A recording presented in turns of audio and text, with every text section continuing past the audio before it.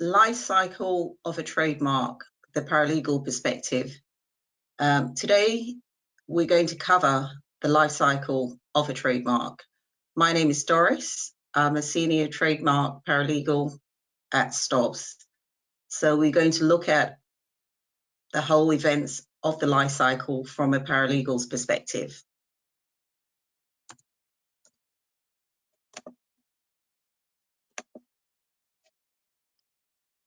Before I start, I'll just touch on unregistered trademarks.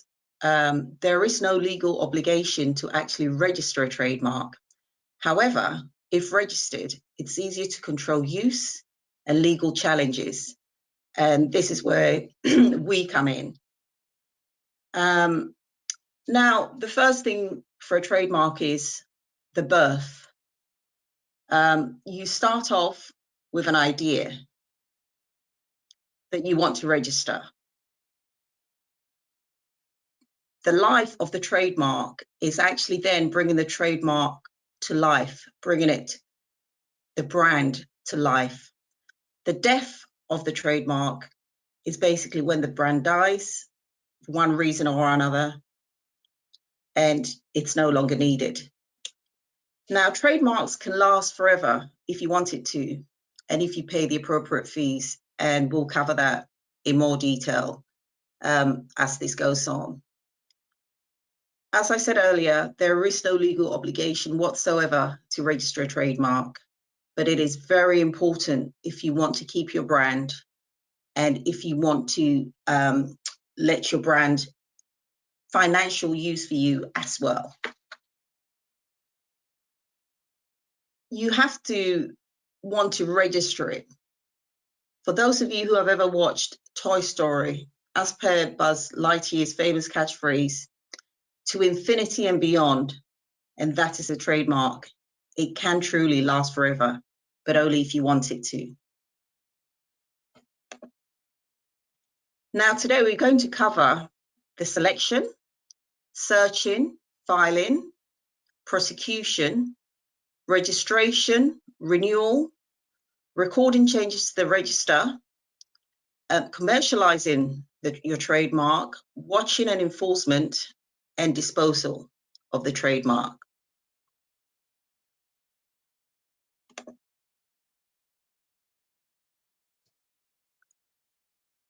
As mentioned earlier on, you have a trademark you want to register. How did you come about in getting this trademark? The strength of the trademarks makes it very easy and quite unique and distinctive to register and also for people to recognize. Now, this is where we come in, and also branding agencies, marketing departments also come in. You can, of course, have the idea all by yourself and decide this is it, but you're always going to need help, especially if you are not familiar with trademarks, the advice on the goods and services. This all leads to the selection of a good brand. Now, you pick the list of goods and services that you intend to use the trademark for. The goods and services are organized according to their type. 1 to 34 are goods, and 35 to 45 are services. This is the International Classification of Goods and Services, also known as the NICE classification. This, again, you'll go into much more detail with regards to the NICE classification on how to prepare a specification for a client's brand, what they want to use it for, and possibly what they want to use it for in the very near future.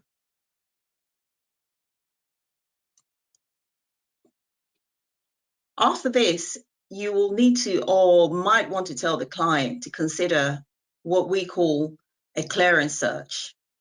A clearance search is basically a search that allows the client to find out whether there are any identical or similar marks filed earlier that may restrict the ability to protect and use the mark.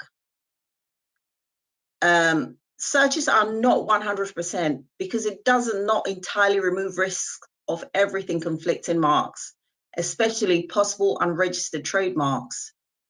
But it is still advisable in the long run and more cost effective to do a search. The most common way of searching is the two-tier approach. There's a screening search, which basically identifies search identical searches, just comes out, you look at it and you move on. Full clearance searches goes more in depth, and it looks at identical, similar, the goods and services, and gives you more background about the marks identified.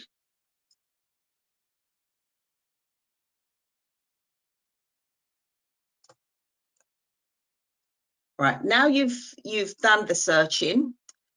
Basically now the first three major steps are completed. The trademark now is ready to be prepared and submitted to the UK IPO. So this is the filing stage of the trademark. Now, preparing a trademark application, you need to check all the details are correct. In particular, the goods and services. Always check with the client with regards to the owner in which the trademark needs to be registered, that they have covered all the goods and services that they want, because once you submit the application, you cannot get your money back from the UK IPO, and you cannot amend the goods or broaden it. Goods and services can only be limited and deleted. So it's very important to just check, a keen eye for detail, in particularly the goods and services. Once the UK IPO receives the application, they will check it for formalities, checking the form is filled in correctly, that it includes all the essential information, the mark, the list of goods and services, the names and addresses, and that the payment is made. The application is then assigned to a trademark examiner.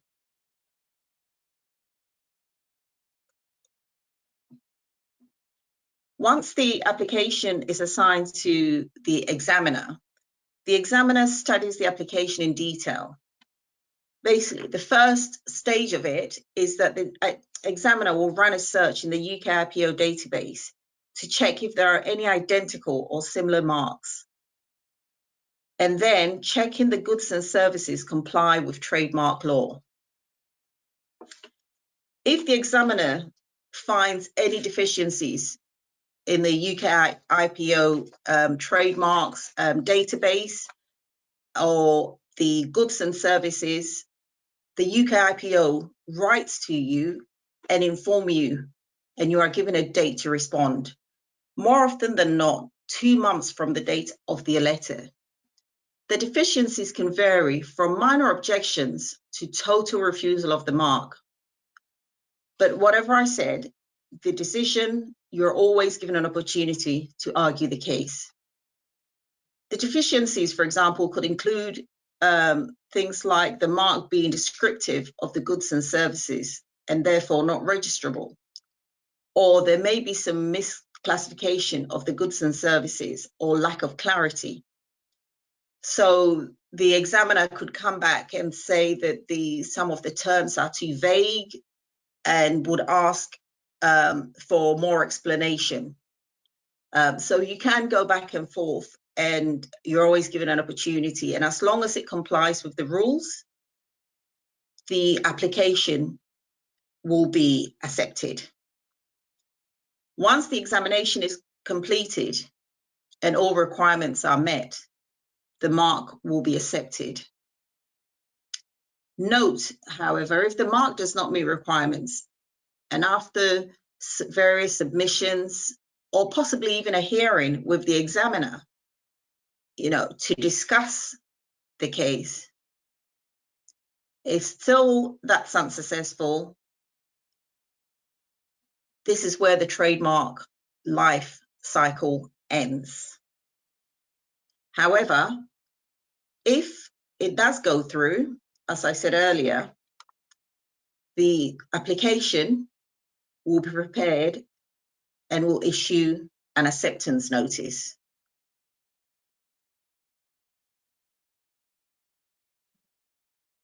The acceptance notice will you basically be informed that your application has now been accepted and is being prepared for publication. Publication is when the mark is advertised in the Trademarks Journal and initially given 2 months for any third parties to oppose the mark or to file an extension of another month to oppose the trademark. Once again, if the mark is opposed, the trademark goes through the opposition process, and this will be covered in another subject because opposition can go on and it's quite lengthy. So that will be covered by another subject. However, if no requests are made to extend the opposition date and no opposition is filed, the mark then is accepted for registration and goes through to registration.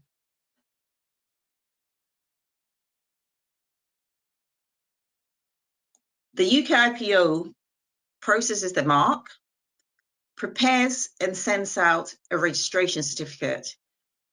Before COVID, registration certificates were sent out as a hard copy. You can still request for a hard copy, but you have to have very substantive arguments on reasons why a hard copy is needed. During the COVID, the UK IPO came to a decision that registration certificates will now be sent out as a soft copy. So you will receive the registration certificate as a soft copy, and that's then checked, processed, and reported to the client. Now, you may think, well, that's it, but that's not the end of the life cycle of a trademark. If trademarks have not been used in the 5 years since the trademark was registered, or for any uninterrupted period of 5 years, and there are no proper reasons for non-use, the registration may be challenged by third parties. The UK IPO will not cancel the registration automatically. It will have to be challenged.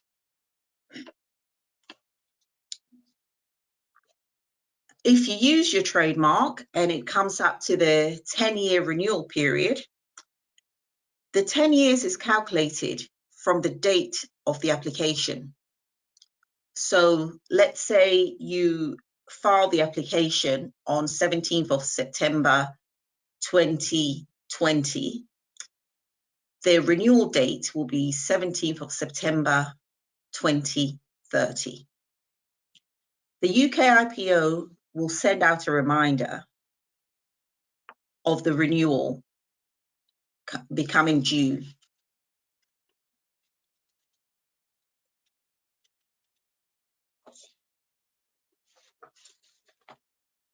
Now, other than the renewal becoming due,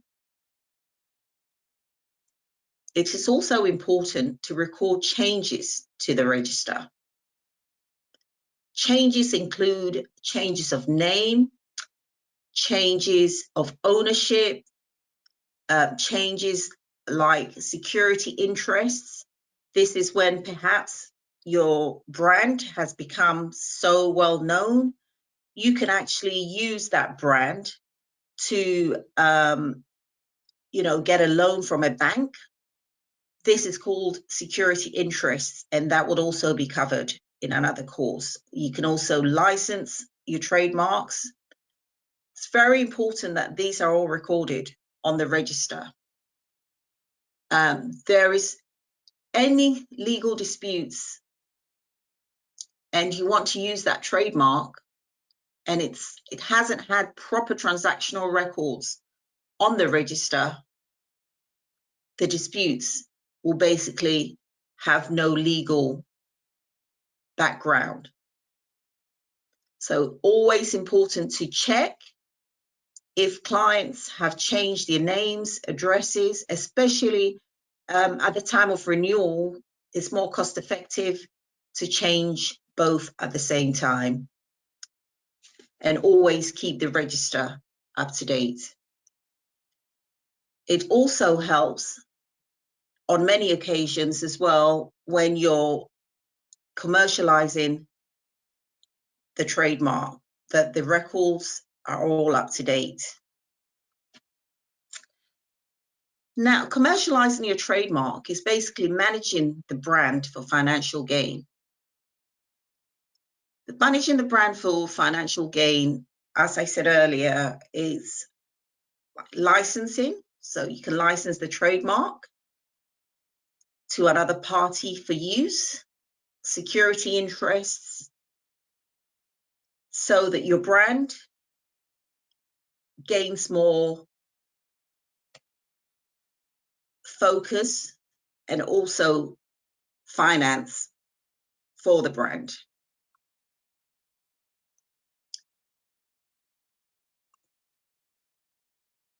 Now, after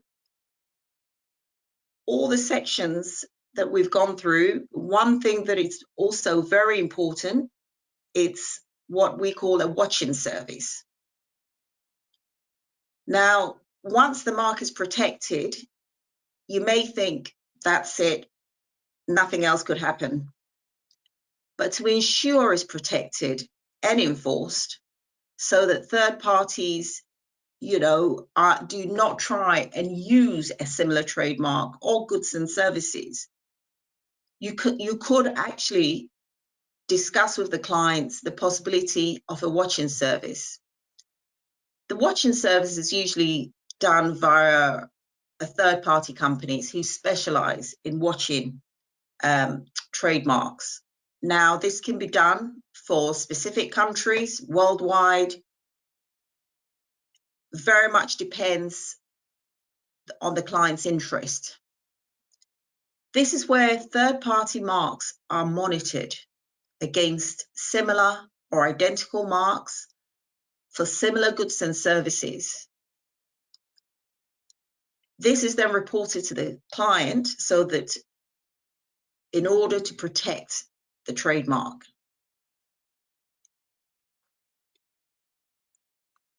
The client, it will come a time where maybe the trademark is no longer required. There are ways to dispose of the trademark. You can cancel or surrender the mark because the mark is no longer in use. The mark can also be sold off to a third party, or simply when renewal's due, not to action the renewal, and the mark itself, the registration will die. And that's the end, the life cycle of a trademark. But note, as I said earlier, trademarks can last forever.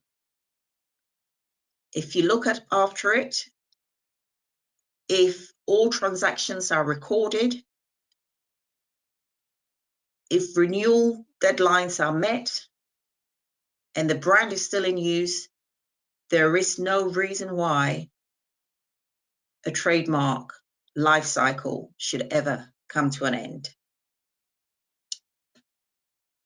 The summary below shows each step of the stage of a trademark life cycle. The selection process, which we touched on, in selecting the trademark, the idea. The search to find if there are any identical or similar marks for the goods and services as well, preparing the goods and the services, filing the trademark with the UK IPO, to the search report by the UK IPO, the examination report by the UK IPO, and finally registration. Once the mark is registered, 10 years from the filing date is the renewal.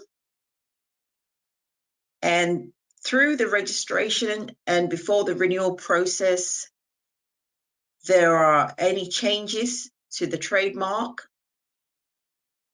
it's best to record this at the register for any legal disputes. And then commercializing the trademark. So we touched briefly on licensing, security interests, and watching of the trademark to ensure that third parties do not register similar or identical for of the mark, and disposal of the mark. If the brand dies or no longer needed, you can request for it to be cancelled on the register. You can simply choose at the point of renewal not to renew, or it can be sold off. But as I said, trademark is one of the few IP assets that it can go on forever. And if kept and the brand is still in use, the trademark can go on to infinity and beyond. Thank you. I hope you enjoyed going through the life cycle of a trademark.